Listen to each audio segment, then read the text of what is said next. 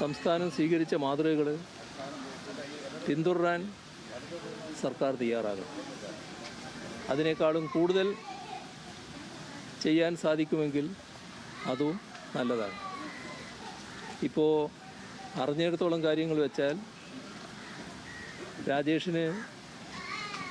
രാജേഷിൻ്റെ ഈ പൊതുപ്രവർത്തനത്തിൻ്റെ ഭാഗമായി എടുക്കേണ്ടി വന്ന കടങ്ങളുണ്ട്.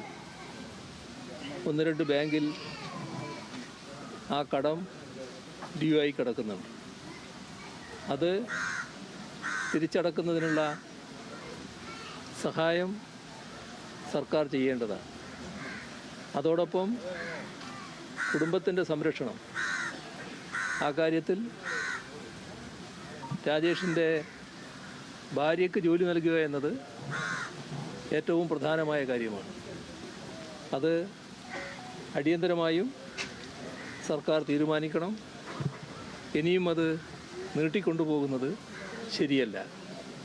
ഈ ദുഃഖമനുഭവിക്കുന്ന കുടുംബത്തിന് രാജേഷിൻ്റെ വേർപാടിൻ്റെ ഭാഗമായി മറ്റൊന്നുകൊണ്ടും ആ വേർപാട് നികത്താനാകില്ലെങ്കിലും ഒരു താൽക്കാലിക ആശ്വാസം എന്ന നിലക്ക് രാജേഷിൻ്റെ ഭാര്യയുടെ ജോലിക്കാര്യം പെട്ടെന്ന് തന്നെ തീരുമാനിക്കാൻ സർക്കാരിനാവണം.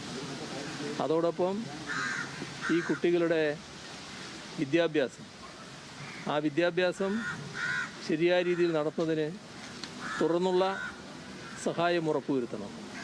അക്കാര്യത്തിൽ ആവശ്യമായ നടപടികൾ സർക്കാരിൻ്റെ ഭാഗത്തുണ്ടാകണം.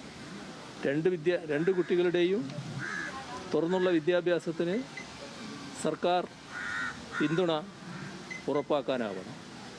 അതോടൊപ്പം ഇപ്പോൾ രാജേഷ് താമസിക്കുന്ന വീട്, നാം എല്ലാവരും ആ വീട് കണ്ടു. അത് കാലോചിതമായി നല്ല വീട് നിർമ്മിക്കുന്നതിനാവശ്യമായ സഹായം സർക്കാരിൻ്റെ ഭാഗത്തുണ്ടാകണം. എന്തു ചെയ്താലും അതൊന്നും രാജേഷിൻ്റെ കാര്യത്തിൽ അധികമാകില്ല. അത്രയും വിലപ്പെട്ട ഒരു ജീവനാണ് മറ്റുള്ളവർക്ക് വേണ്ടി ഇവിടെ ബലി കൊടുക്കുന്ന അവസ്ഥയുണ്ടായിട്ടുണ്ട്. ഇത് നാം പൂർണ്ണമായി ഉൾക്കൊള്ളണം. അതിൻ്റെ ഗൗരവത്തിനനുസരിച്ച് സർക്കാർ പെട്ടെന്ന് തന്നെ നടപടികൾ നീക്കണം എന്നതാണ് ഈ ഘട്ടത്തിൽ പറയുന്നത്. കാര്യം മാത്രമാണ് ഇപ്പോൾ ക്യാബിനറ്റിൽ പറഞ്ഞത്. അപ്പോൾ അത് പ്രതിപക്ഷ നിലയിൽ സിഎമ്മിനോടൊരു ആവശ്യം മുന്നോട്ട് വെക്കുമോ? ഈ മറ്റു കാര്യങ്ങളുടെ ഞാൻ ഈ പരസ്യമായി പറഞ്ഞ കാര്യങ്ങൾ രഹസ്യമായും പിന്നെ പറയുന്നതിന് എനിക്ക് വിഷമമുണ്ടാവില്ലല്ലോ. ഇപ്പോൾ പരസ്യമായി പറഞ്ഞു. ഇനി വ്യക്തിപരമായി പറയണമെങ്കിൽ ആ പറയുന്ന നിലയിൽ ഞാൻ സ്വീകരിക്കുന്നതാണ്. അതിൽ വേറെ നിലപാട് എനിക്കില്ല. ശരി, രണ്ടാളും നല്ലോണം പഠിച്ചോളൂ, നല്ലോണം വളർന്നോളൂ. എല്ലാ പിന്തുണയും നിങ്ങൾക്കുണ്ടാവും കേട്ടോ. ശരി ശരി ശരി ശരി, പോട്ടെ പോട്ടെ. ശരി ശരി.